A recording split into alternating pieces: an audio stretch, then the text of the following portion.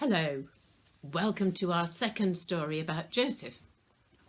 Joseph was 17 years old now, living with his stepmother Leah, her 6 sons and their father Jacob. Joseph had a younger brother Benjamin by their mother Rachel, who had died. There were also 4 other brothers, making 12 in all.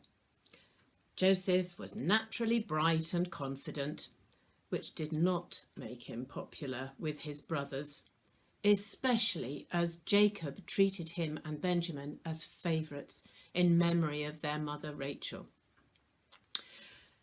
Joseph's colourful coat and dreams were particularly annoying. Like all families, there were good and bad relationships. So, let's hear how those brothers all got on together.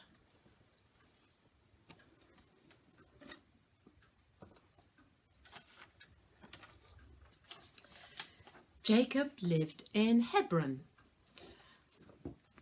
down there, and had many flocks of sheep and goats which had to find pasture over a wide area.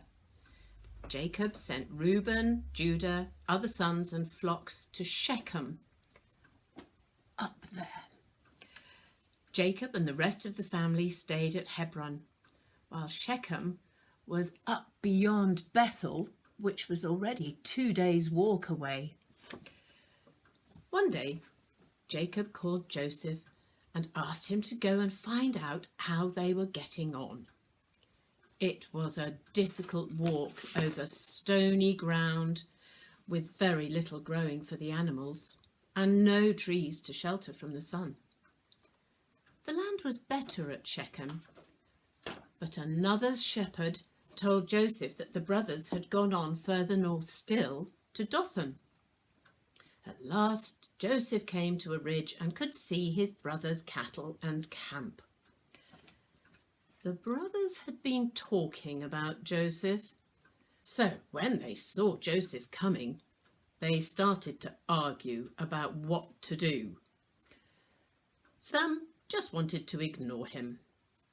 Others wanted to give him all the dirty jobs, and others felt angry enough to kill him. As the oldest brother, Reuben worried about how Jacob, their father, would react and felt responsibility for the whole family. He suggested they put him down a dry well to teach him a lesson. Judah and the others reluctantly agreed, but not before they roughly stripped Joseph of that coat. They dumped Joseph down the well, but Reuben planned to help him out in the night. Reuben went off to the hills with some of the brothers and animals, while Judah stayed around the pastures near the camp and well to keep an eye on Joseph. During the day, a camel train of traders came by, and while they were approaching, Judah suggested to the other brothers that they should sell Joseph to the traders.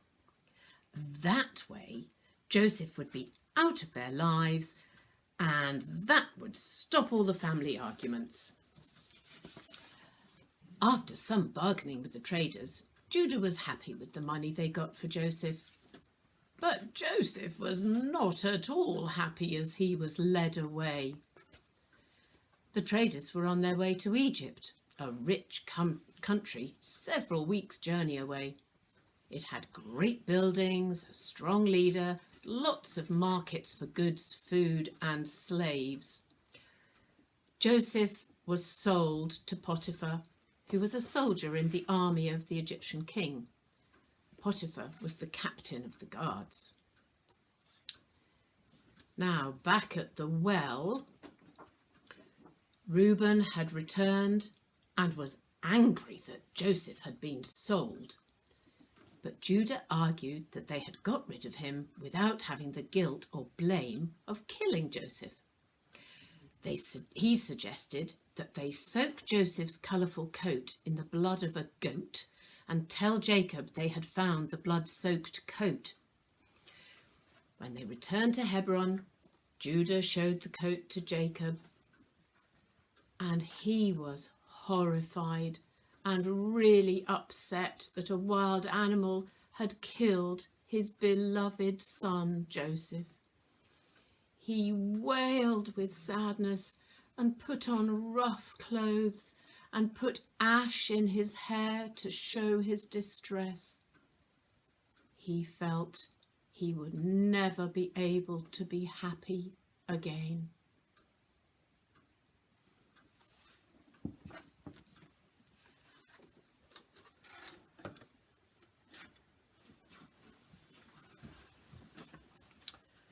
Oh dear, that is a sad ending.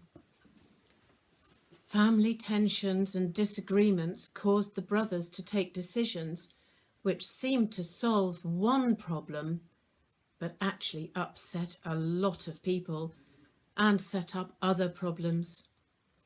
Reuben had wanted to help his brother Joseph at the end of the day, but Judah got him out of their lives. They then had to make up an untrue story which distressed their father. Joseph was still alive, but a slave in a faraway country. So, let's think about some of the stories we have made up in order to get us out of a difficult situation. I wonder if it helped, or did it cause more problems later? Let's close our eyes and say a prayer now. Dear Father, help us to try and always tell the truth, particularly if we have done something wrong. It can be very hard to own up.